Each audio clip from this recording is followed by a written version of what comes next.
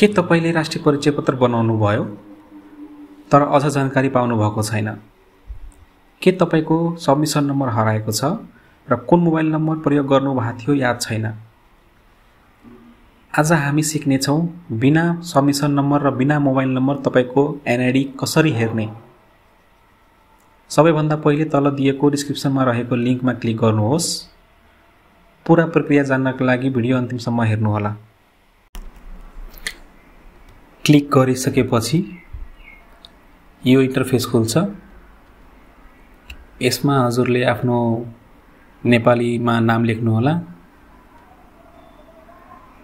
र यतापट्टि फुल नेम लेख्नुहोला इंग्लिशमा र तल चाहिँ डेट अफ बर्थ लेख्नुहोला बीएस मा अनि तल चाहिँ सिटिजनशिपको इस्वी जारी मिति लेख्नुहोला जुन कि यो नागरिकताको पछाडिपट्टि रहेको हुन्छ जारी मिति।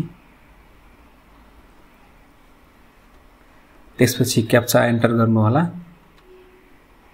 अनि सर्च गर्दाखेरि एउटा पपअप आउँछ जसमा तपाईको एनआईडी नम्बर हुन्छ र हरेक डिटेल हुन्छ त्यसमा लेखेको।